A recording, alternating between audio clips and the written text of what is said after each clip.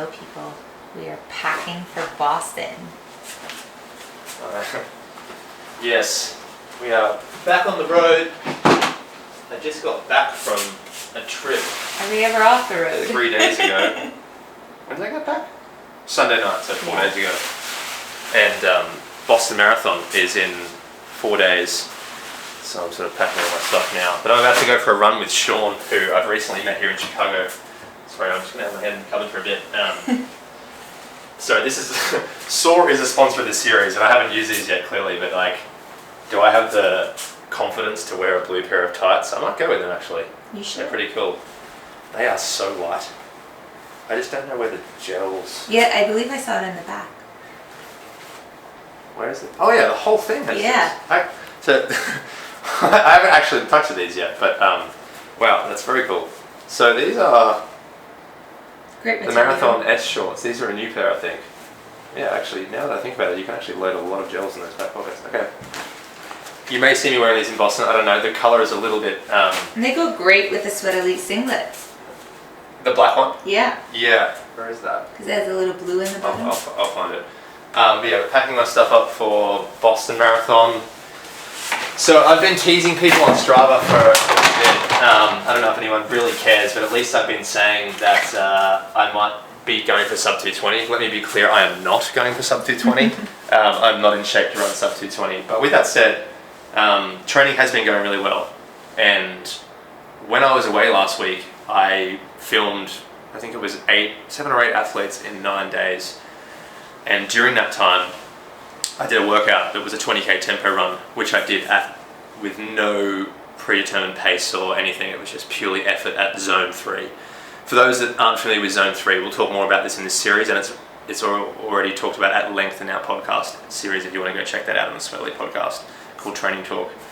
But I basically did a 20k run at marathon effort, and it was at altitude in Provo, which is not high altitude, it's about 5,000 feet, about 1,350 meters, and I ran 3:30 per k in the Ultra Torrent 5s, which is, I'll show you, probably most of them probably have never even seen this shoe because it's so old, but yeah, I bought these.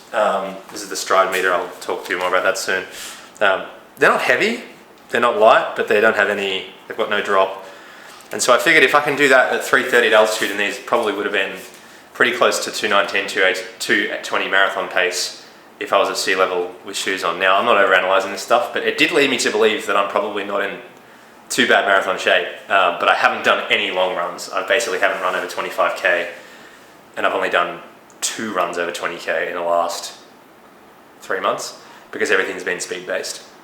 If you haven't been paying attention to the podcast series, you probably wouldn't really know what I've been doing in training, and we will go through that in much more detail very soon. But this is about Boston Marathon, and it's about a little fitness test I did last week in Boulder called the Moxy Test. But I'm just going to pack my bag while I do this because I'm meeting Sean and we have to leave pretty soon. But yeah, I'm not going for sub 220 in Boston. I'm having fun with it actually. Eric Floberg's trying to go 2:35. Another friend of mine, Clark Morin, is trying to run about 2:33. I'll probably run somewhere around there. But I'm just packing up what I need for the trip. I'm glad I found this at the right time. We are doing a shakeout run with Ketone IQ on Sunday morning at 10 a.m. at the Newbury Hotel. You will score free ketone shots. They're our biggest brand sponsor right now. I have these every single morning, usually after workouts too now, but I've recently discovered they're very good for recovery. Packing some of these because I'll use them as well. And you can find details to the run at Sweat Elite Instagram. Sweat Elite Instagram has the details of the run. I'll put it up on the screen now as well with the overlay. But come and join us there. That'll be really fun. I think there's quite a few coming, so that'll be great. The other things I'm packing, sponsor plugs, big time, Precision Fuel and Hydration. Everyone knows that the sponsor of this video series, so I'm packing a bunch of gels and drink mix that I'll use on the run. Hopefully I can get from Urin, because I'm not in the elite field, I'm just in the regular field. But I'll probably pack 5 or 6 gels in my blue tights if I wear them. And that's mostly because, well, I'm going to need it anyway, running at a steady LT1 pace. But I'm also doing it, like I've realized, especially over the last 2 years, how important fueling is for recovery. and I want to recover well from this run because this actually doesn't fit my training plan really at all. I'm doing Boston because Reem behind the mic entered Boston last year with me, and I was going to be with you, but Reem got the qualifying time, the sub 3:30 time, but if people remember, you needed to have a time under 5.5 minutes, or 5 minutes 31 under the standard, and you were like 4.5 minutes under the standard, so you didn't get in. So I was left with the entry. I went through a phase of thinking maybe I won't run, maybe I won't bother, but then a whole bunch of my friends got in, a whole bunch of people at the Sweat Elite Coaching Academy got in, so we're going, having some fun. Yeah. Obviously the Ketone IQ shakeout run will be good. So I'll pack some carbs. I didn't mean for this intro to be full of sponsor runs, but I am packing my bag right now because we're leaving at 5 p.m. and it's 7:30 in the morning. We need to get running soon, because we're meeting Sean at 8. We'll meet him in a minute. But these are so good. So good. Just go check them out on the website. Time to go for a run. We gotta go.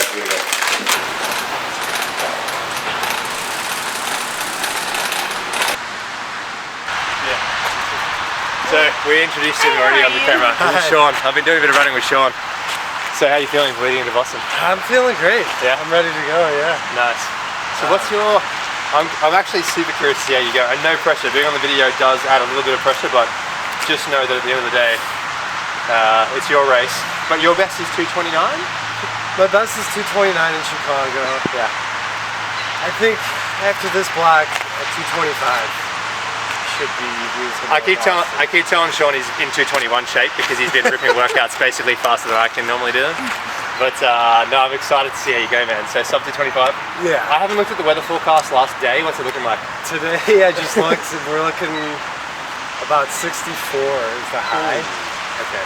So high 50s, low 60s for the majority of the race with the wind out of the northwest. Yeah. 7 miles per hour, so that should help. Maybe not too warm, but it's going to get a little warm. Yeah, pretty good. Well, let's go for a run down the lakefront. We'll show people what it looks like down the Chicago Lake. Although I'm sure people have watched Flurberg's videos and seen this scene already. But we'll have a bit more of a chat with Sean because I want to talk a little bit more about Boston. All right, let's head this way.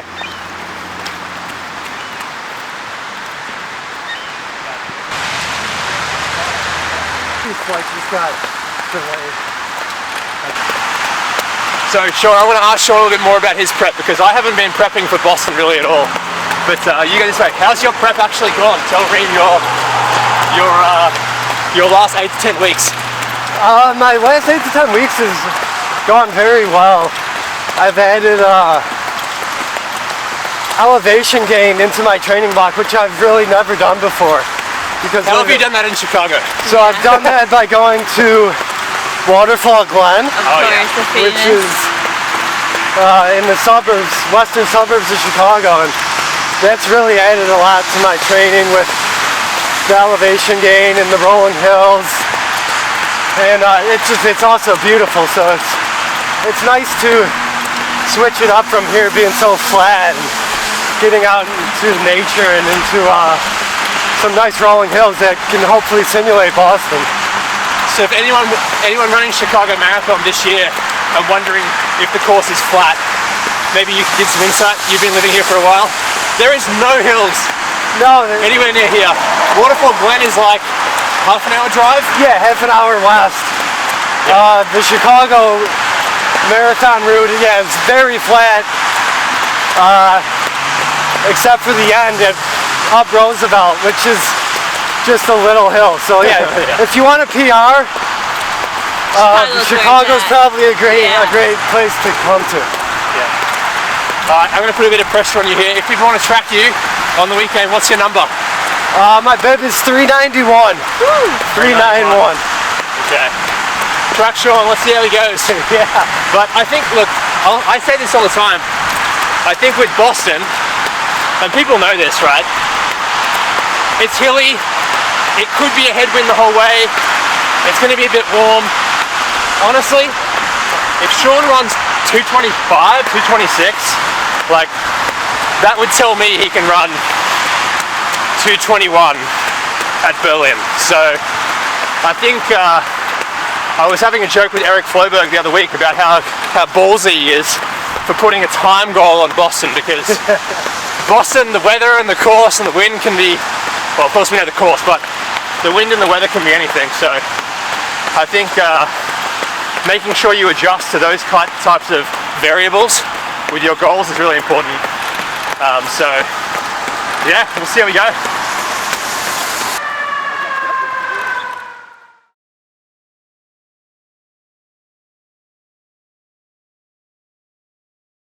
Alright, so we are doing a test today. We have Keith. Some might be familiar with Keith if you watched previous YouTube series of mine. But Keith, thanks so much for arranging this. Sure. I'm going to let you explain what we're doing because you've done this a few times, you're quite experienced. But what are we doing today and what's the hope for the outcome? And also, Max is here, coach, so this will be an interesting thing to sort of document. But yeah, let's see what we're doing. Yeah, today we're doing a treadmill ramp test. When people do ramp tests like this, they'll take some sort of measurement. Often that's gas exchange, kind of breath by breath analysis of the gases that are coming in and out, or something like blood lactate concentration.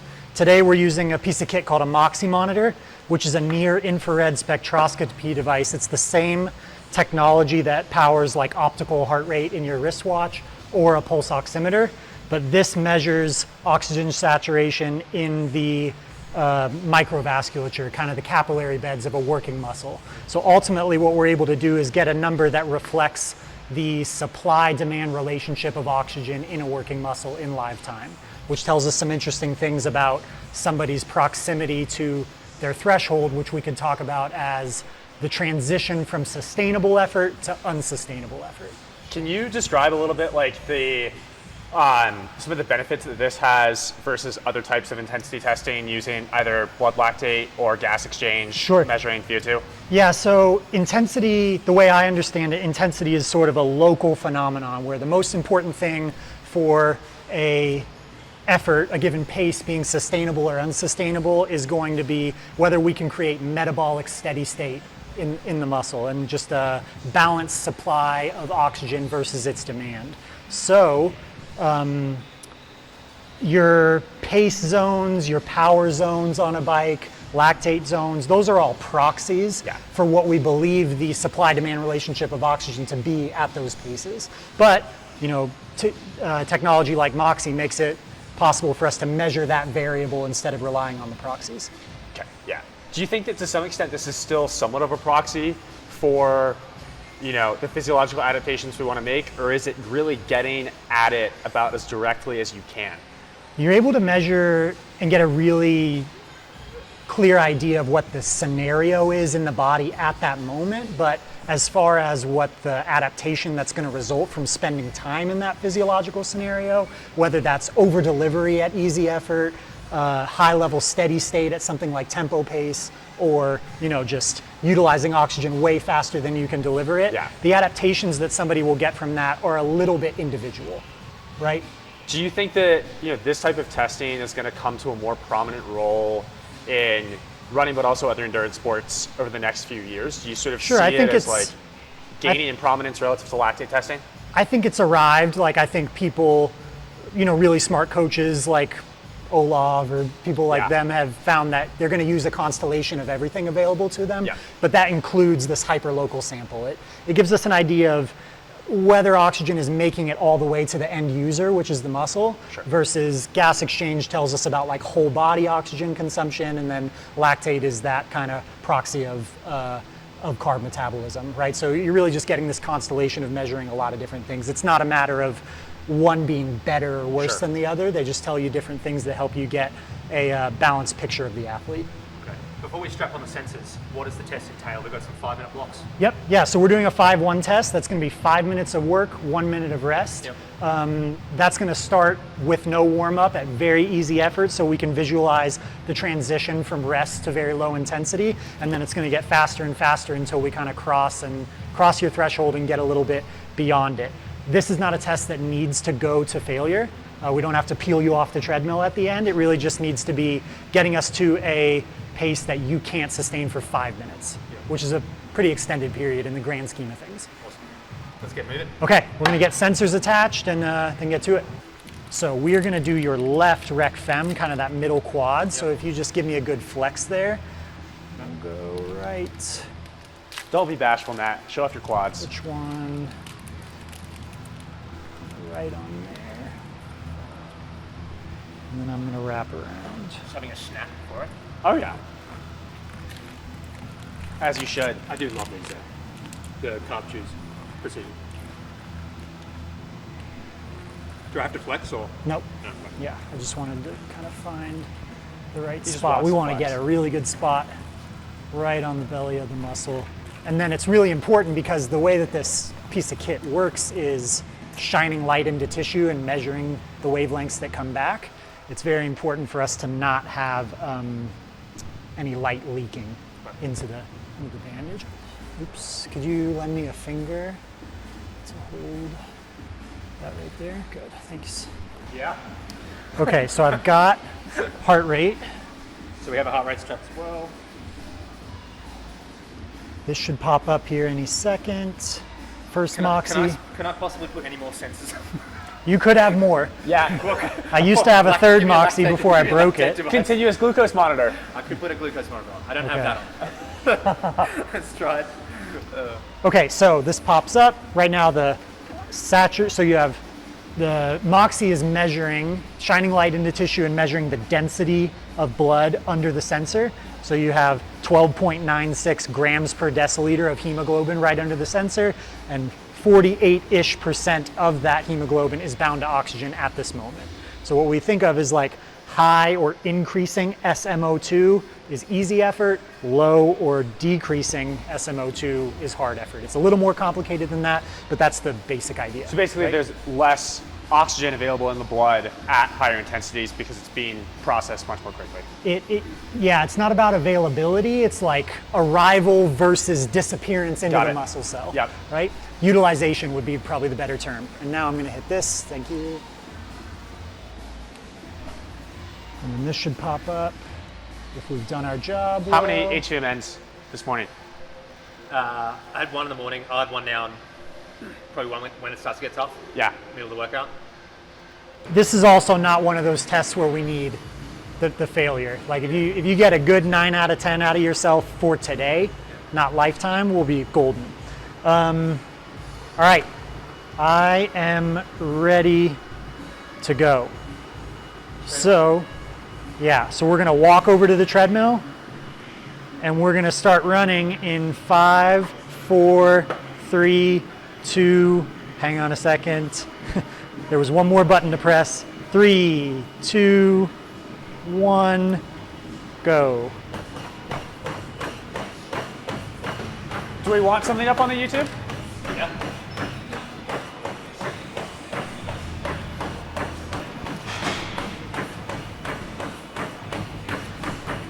What? I edit.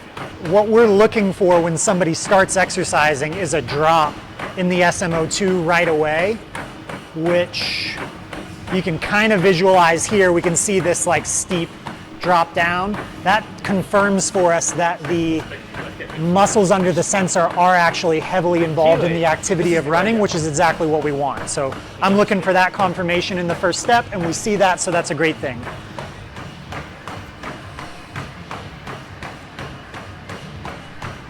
Rest, so we're gonna get off to the side and just stand pretty still. Use this. How was your RPE for that? Scale of 1 to 10. You said 1? Sounds about right. You just pop the drink in the gel mix so I can grab it between the. Yep. See this. I won't need it yet, but I'll. I can also hand it to you. Do you think that the time immediately after the first couple rest periods is going to be when we see the highest SMO2? Yes. Okay, got it. Yep. And depending on Matt's physiology, we might see him recover to a really high baseline every time.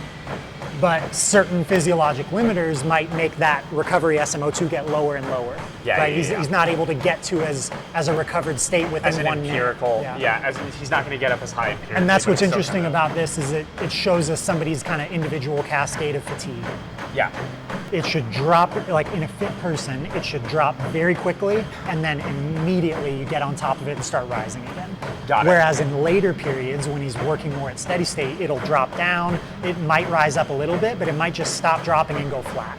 5, 4, 3, 2, 1, rest. 24. 24 breaths. We're gonna hop off and stand still. We're gonna get this.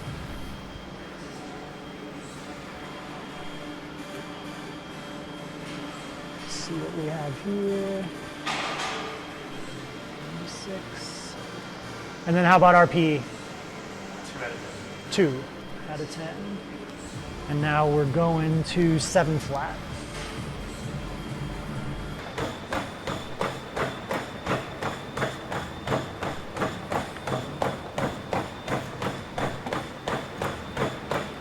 Strongman competitions, clips of Mortal Kombat video game, like it's way better to have something a little bit interesting, motivating, you know? Yeah.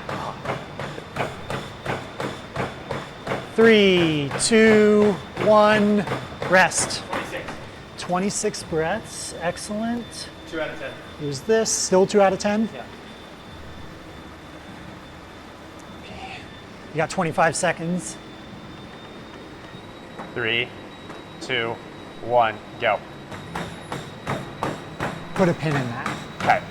Because this is like what Matt and I were talking about, that him coming here from Chicago, altitude may force a respiratory limitation, depending. And like we already see that his pulse oximeter went down to 89, which is like you don't want to see. But it also could be as simple as like him taking a drink of water. Sure. With that arm, you know what I mean? Yeah. You just have to see how it the develops. Moxy's that sensitive to like using. And that's what's so interesting if you're riding a bike indoors. If you're riding a bike indoors and you like sit up for a minute, like just like 30 seconds, like it changes everything about what the muscles do. And That's you amazing. desaturate right away. Nice job, Matt. 4, 3, 2, 1, rest. 31. 31 breaths. Here's your pulse 3 oximeter. out of 10.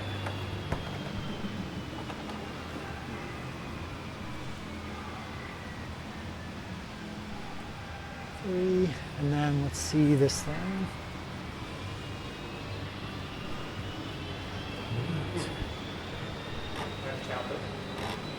Got it. Is it 6 flat on the dot? Yep. Okay. 'Cause I know it's an some even- of the paces it's you an can't. even Yeah, 10 per miles an hour. hour. Yeah, yeah. Okay. 20 seconds.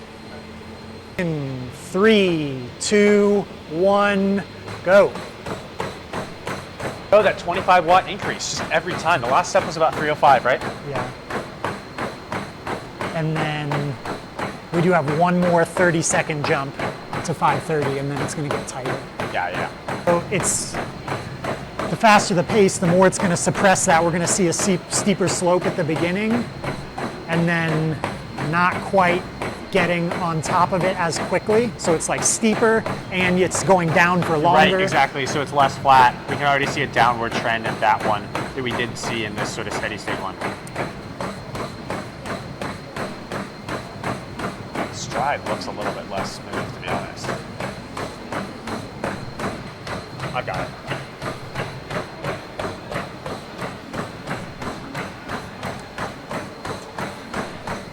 It went to 175, and there was nowhere in between. Sure.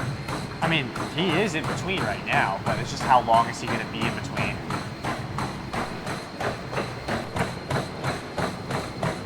Five, 4, 3, 2, 1, off. 34. Oh shit. NASCAR pit stop right here.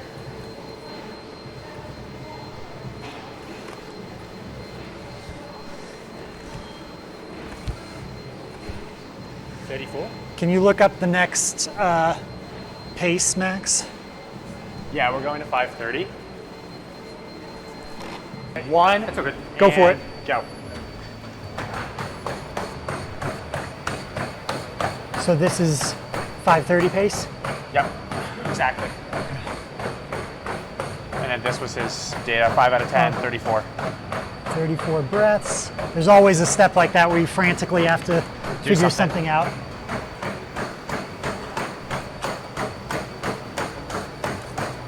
Okay, and in 5, 2, 1, and off. 40. Press. 10 seconds.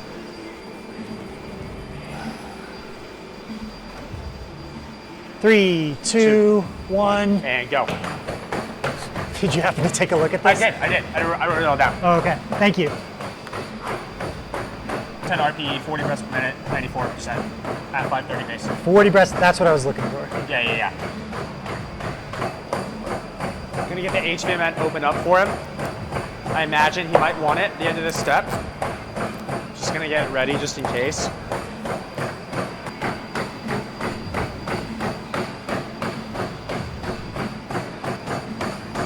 I mean, we're not seeing, I look at the slope of the heart rate graph, and that's sort of also sort of still giving me some confidence, but it's still sort of coming up and falling.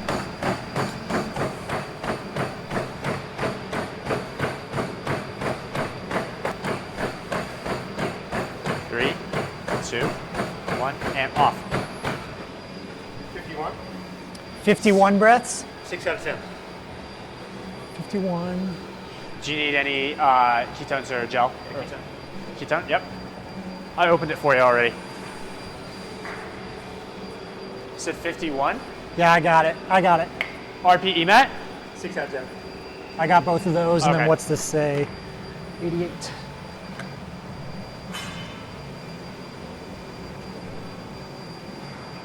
Yeah, have some of that. And have some of this. Good. Just about 25 seconds, good. There you go. 5, 2, 1, and go.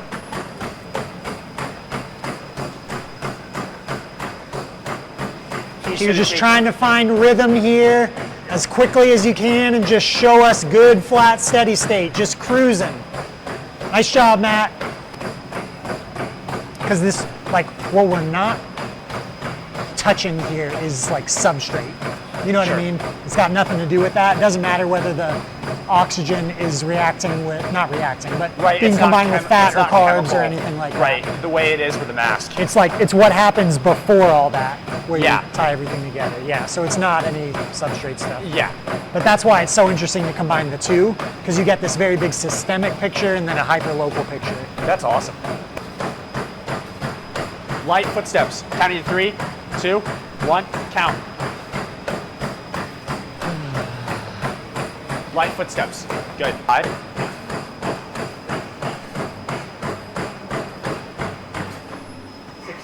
60 breaths. 7 out of 10. 7 out of 10. 60. Let me see that. 7 out of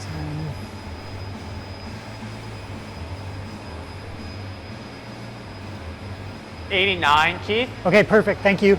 And then did we bump the treadmill to 450? We're going to 450? Yeah, we're doing just a 10-second drop now. We're back on the treadmill in 5, 4, 3, 2, 1, go. There you go. Light Nice strikes. job, Matt. Light strikes. Getting a 25 beat heart rate recovery. So now what we're gonna see is just big drops, like a percent at a time, which is huge. Oh shit, that was 1.5%. Yeah, so it's a very steep decline, but hopefully he'll be able to bottom it out as soon as possible. Yeah.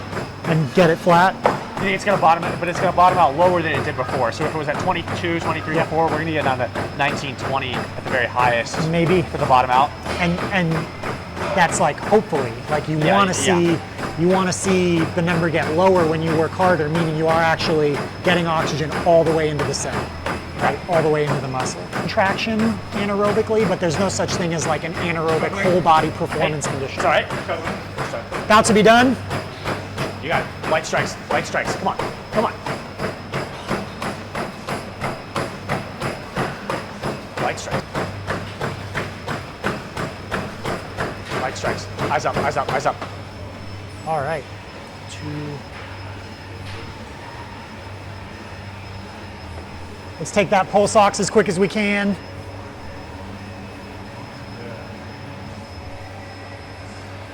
Shove, Matt. I feel like I get better than that. It's okay. You're fresh to altitude. Here, just leave it alone. 78. 78. Okay. Still and letting this recover, and we're going to get data for kind of your recovery, and then about 2 minutes from now we'll be able to shut things down and you will be able to walk around, do whatever you want. Keith, realistically, I don't know if I'm saying this down 2 minutes later. I probably could have forced my will to move, but I would have been really fried. Yeah, and we don't need it, right? Well, I reckon I could have finished, but that would have been me, like. Yeah. Especially, I mean, I'm 5 days into altitude. Which is probably the worst time to be. It is actually probably the worst. Because it makes a lot of sense that but it makes a lot of sense that you would have felt better in the session on Wednesday than today. That's exactly what we were talking about. You know, if you don't have time to fully acclimate to altitude, it's best to, you know, you're gonna get the best out of your body before your body even really realizes what the hell is going on. But realistically, that is my 10K PD test. Oh yeah, at sea level. At sea level. Yes. Okay. I've got everything I need. What would you say was your RPE for that? 9. Huh? 9? 9. Okay.